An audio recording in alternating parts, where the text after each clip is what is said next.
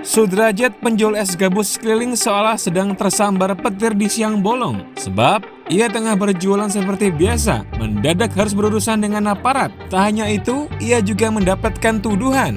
Masalah berawal dari laporan yang masuk ke call center 110 pada Sabtu 24 Januari 2026. Kemudian, terjadi tuduhan seperti yang ada dalam video tersebut. Dalam laporan itu, Sudrajat disebut menjual es kue, es gabus, dan agar-agar, coklat meses, serta sisa kue yang diduga mengandung busa kasur atau spons cuci piring. Ini dipanggil, "Bang, es bang."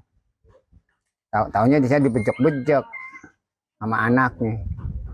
Jangan itu ada racunnya. Yang bilang itu siapa ya? Anaknya dia.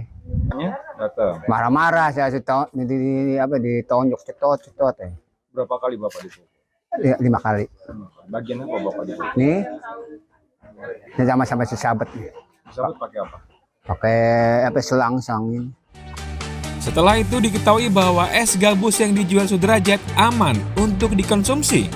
Apa yang dialami Sudrajat viral dan pihak yang menfitnah Sudrajat meminta maaf, termasuk anggota polisi dan TNI yang sempat mengkonfrontasi Sudrajat.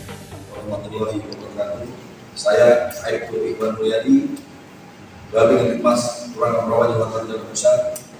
Dengan ini saya bersama Pak Babinsa Kelurahan Banjar dan Pak Heri, dan juga kami di sini bersama pelapor, yaitu Bapak Ketua RW 05 Kelurahan Banjar, didampingi oleh Pak Ketua RT 10 RW 05, dan juga saya selaku anggota Polri didampingi oleh Bapak Kapolsek Johor Bahru, dan juga Pak Heri, yang satu bagian besar Kelurahan Banjar didampingi oleh Pak Danhamid, Kemayoran Jakarta Pusat. Kami di sini ingin mengklarifikasi terkait video yang sempat viral beredar di dalam masyarakat, yaitu perihal es kue yang mana diduga terbuat dari spons busa, ya. Tak lama Kapolres Metro Depok juga ikut memberikan sikap atas apa yang terjadi pada Sudrajat. Ia datang ke rumah Sudrajat dan mengantarkan sepeda motor, juga modal usaha. Hari ini kami hadir di sini untuk bisa sedikit memberikan bantuan kepada beliau. Mudah-mudahan ini bisa membawa manfaat untuk usaha beliau. Apa aja itu Pak? Motor dengan sedikit modal usaha untuk beliau. Saya sih mau dagang es kue lagi. Takutnya saya mau 3 kali 4 kali takut digebuk, pakai kayu, pakai apa itu. Saya mati konyol. Enggak, kan udah ada aneh. Jamin apa Pihak Kodim 0501 Jakarta Pusat juga turun tangan mengatasi masalah tersebut. Dandim 0501 Jakarta Pusat, Kolonel Infantri Ahmad Alam Budiman bilang, kejadian itu berawal dari salah paham. Kami datang ke sini untuk meminta maaf kepada Pak Sudrajat dan keluarga. Kami juga tadi sudah ketemu Pak Lurah, Pak RW juga kami sudah ketemu. Harapan kami ini tidak menjadi permasalahan yang melebar kemana-mana. Ini murni kesalahpahaman. Kami sudah juga melakukan evaluasi ke dalam. Kami sudah datang dengan niat yang tulus, ikhlas untuk meminta maaf kepada yang bersangkutan.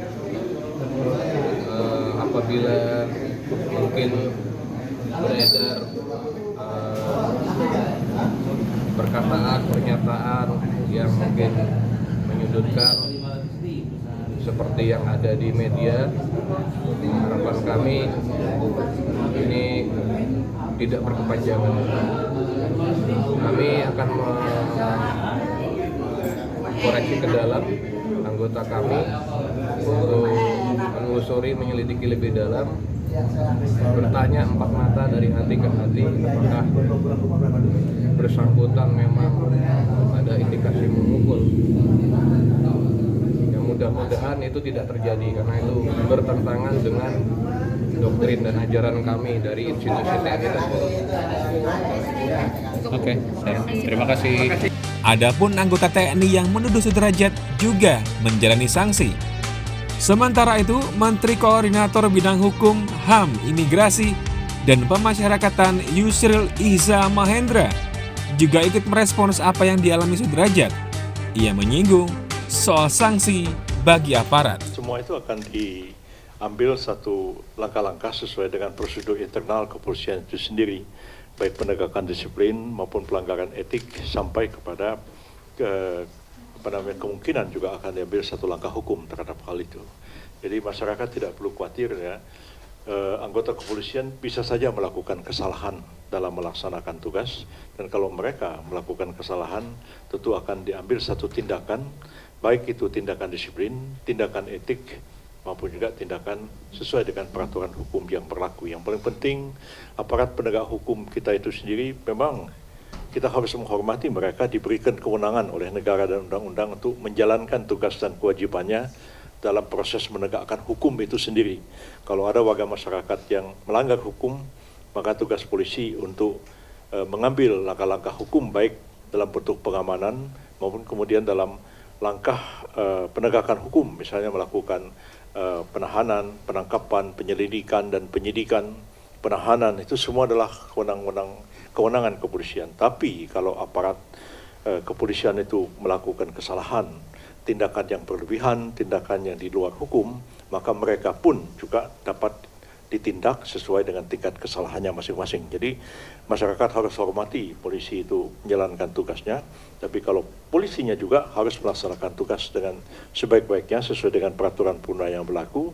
Kalau mereka melakukan kesalahan dalam menjalankan tugas dan kewajibannya, mereka juga dapat ditindak baik dari segi disiplin, etik maupun juga diambil satu langkah penegakan hukum. Jadi tidak berhenti di permintaan maaf secara verbal seperti itu ya Prof? Saya pikir saya harus melihat secara umum saja, ya prosesnya seperti itu.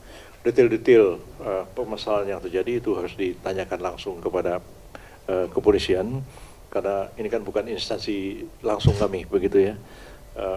Kecuali barangkali itu terjadi pada instansi lembaga pemasyarakatan barangkali atau imigrasi, itu masih dalam koordinasi langsung di bawah kementerian ini. Tapi kalau memang kepolisian ini memang harus ditanyakan langsung, karena kami tidak tahu detail apa yang dilakukan, tapi prinsipnya adalah bahwa mereka berwenang menjalankan tugas menegakkan hukum, tapi kalau melakukan kesalahan mereka juga harus ditindak menurut hukum yang berlaku.